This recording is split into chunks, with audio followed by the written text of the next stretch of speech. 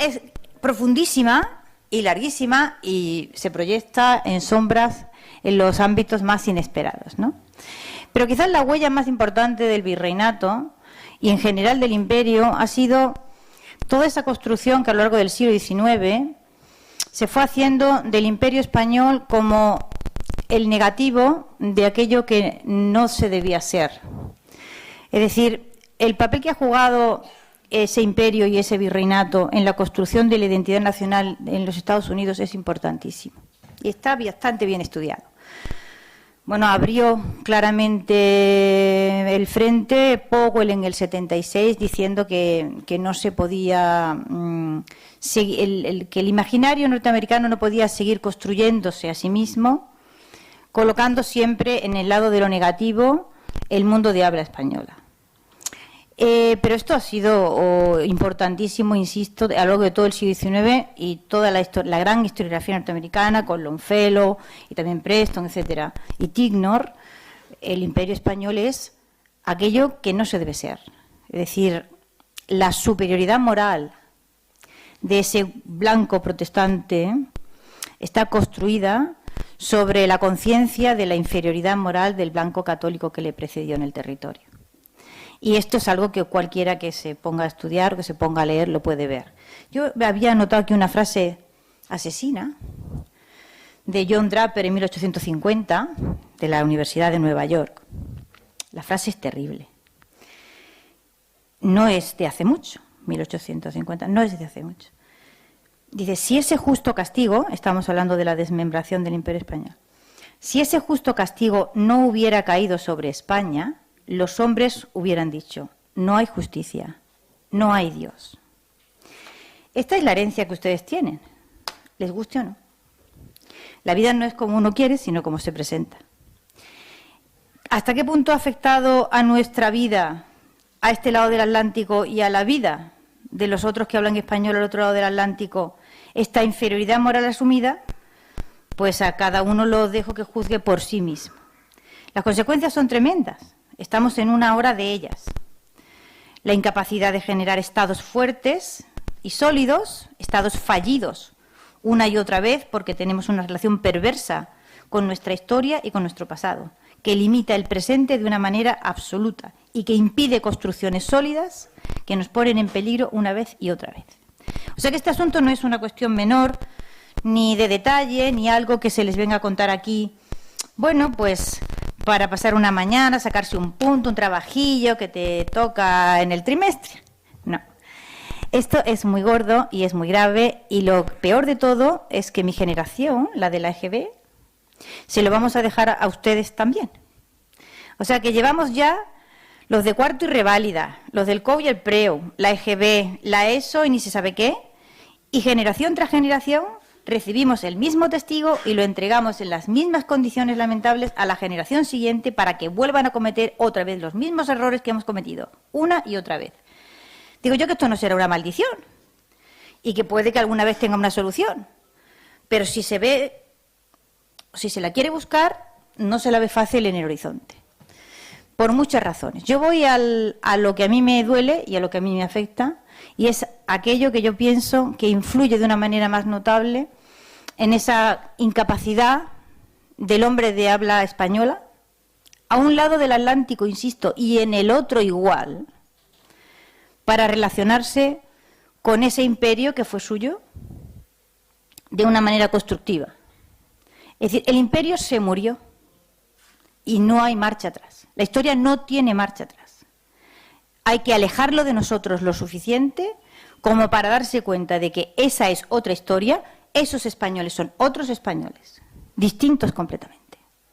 Y que nosotros estamos ahora, nosotros a este lado del mar y los otros al otro lado del mar, en un proceso de construcción que es enormemente complejo y al que no se puede ir llevando lastrados por una historia de nosotros, por un relato de nosotros mismos que nos convierte una y otra vez en, por supuesto, inferiores frente al blanco protestante. Eso va de suá. Pero es que también inferiores frente a nosotros mismos o frente al proyecto de nosotros mismos que queremos tener. Esto es tremendo.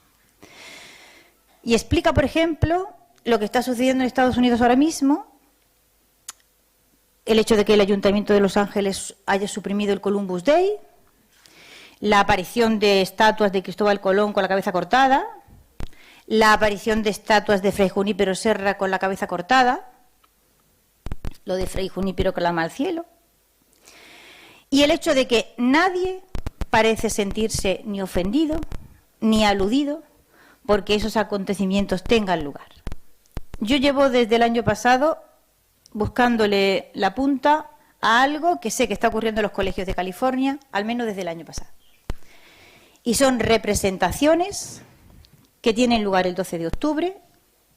Me consta que este año ha habido varios colegios que lo han hecho y sé de buena tinta que el año pasado ya sucedió. Esto es inédito, ¿eh? O sea que podemos pensar que puede haber un cabeza loca que le dé por cortarle la cabeza a Fray Junípero Serra. Hombre, tiene mucha gracia que vaya a cortarle la cabeza a Fray Junípero Serra y no al general Custer, que mató mucho más indios. Pobre Fray Junípero, que conste no mató nunca a nadie, ¿no? Pero no, a Custer no se le corta la cabeza, se le corta la cabeza a Fray Junípero. Bien. Pero la cabeza loca siempre existe en todas partes, o sea que no hay que tomárselo mucho en serio, hay que mirar aquello con cuidado. Pero cuando esto se hace en los colegios, entonces esto adquiere, o lo que se hace en los colegios, a que todo el mundo está pensando en lo mismo. Cuando se hace en los colegios, esto adquiere un matiz nuevo y peculiar. Lo que se está representando ahora mismo en varios colegios de California, el día 12 de octubre, es una especie de obrilla en la que unos alumnos, en primaria, se disfrazan de indios y otros alumnos se disfrazan nuevamente de monjes franciscanos, que era la mayoría de la tropa que había, ¿no? Y entonces los franciscanos azotan a los indios, los obligan a trabajar, ¿vale? Y los maltratan muchísimo. Y esa es la celebración del 12 de octubre. Y esto, claro, gratis nunca hay nada. O sea que cada vez que se escribe una puntada nueva en la historia de la leyenda negra hay que pensar por qué se escribe y cuál es la razón que la justifica. Gratis jamás. La puntada siempre existe y siempre es puntada con dinero, casi siempre. La que se va a escribir ahora, en los próximos años en los Estados Unidos, tiene que ver con el hecho de que el blanco protestante no va a asumir el hecho de que la población nativa de los Estados Unidos desapareció, prácticamente. Ahora se ha puesto de moda el indigenismo en distintas... La cosa va a más, en los departamentos de historia, etcétera, etcétera, de un lado a todo el país. Y claro, como es que es como muy evidente que apenas quedan Native Americans, pues alguien va a tener la culpa de que no queden. Y la culpa, les puedo asegurar que no va a ser ni Custer, ni va a tener tampoco el coronel Fremont, ni va a ser de ninguna de las expediciones de castigo, ni de las reducciones, ni de las condiciones penosísimas a que se vieron sometidos los modos de vida de los indios. Por ejemplo, Jerónimo, ¿vale? El gran levantamiento de Jerónimo y de los chiricahuas se debió simplemente... El primero fue, ya le dije, el año 48 contra el gobernador del territorio, el gobernador ya mexicano, ¿no? Cuando las leyes de Indias con las que se habían gobernado dejaron de ampararles. Pero el gran levantamiento fue después, cuando tras el Tratado de Guadalupe Hidalgo, México pierde la mitad del territorio, 52%, y los chiricahuas quedan en el territorio norteamericano. Y al minuto 1... de haber absorbido ese territorio que había sido mexicano, los chiricahuas pierden su territorio. Y se les comunica que tienen que irse a vivir a otro sitio, porque aquello ya no va a ser su tierra nunca más. Y entonces cuando se produce el gran levantamiento de las guerras apaches, que se llama, ¿no?, que acabó con la práctica extinción de todas las tribus. Jerónimo terminó su vida en una carreta, al lado de un chimpancé, enseñado por las ferias, como el gran monstruo a quien el blanco protestante ha conseguido reducir a su verdadera condición. Y esto es lo último que cuento. La razón por la que esto está comenzando ahora en Estados Unidos es una nueva página de reescritura de ese mito que tiene un propósito muy claro. Y ese propósito es que alguien va a tener la culpa de la desaparición de los nativos en el territorio de los Estados Unidos de América, y ese alguien no va a ser blanco protestante. Eso se lo puedo asegurar. O sea, vamos a cargar con más muertos de los que ya teníamos. Nos da igual, porque habíamos cargado ya con tanto muerto a lo largo de la historia, que total, terminar cargando con la muerte de los navajos y los cheyennes, y etcétera, etcétera, etcétera, por más que no se vio un español nunca muy implicado en la desaparición de esto, pero en fin, teniendo al malo fabricado, cuesta muy poco trabajo colgarle una barbaridad más. Y esto es el proceso que está ahora en marcha, lo vamos a ver desarrollándose, o sea, ustedes van a ir viendo cómo van a ir desapareciendo los Columbus Day y van a ir cayendo las cabezas de los Cristóbal Colón. Y lo doloroso de esto, lo penoso de esto, es que los hispanos que viven en territorio de los Estados Unidos no se dan por aludidos y no son capaces de entender hasta qué punto eso es un ataque a su mundo y a su cultura.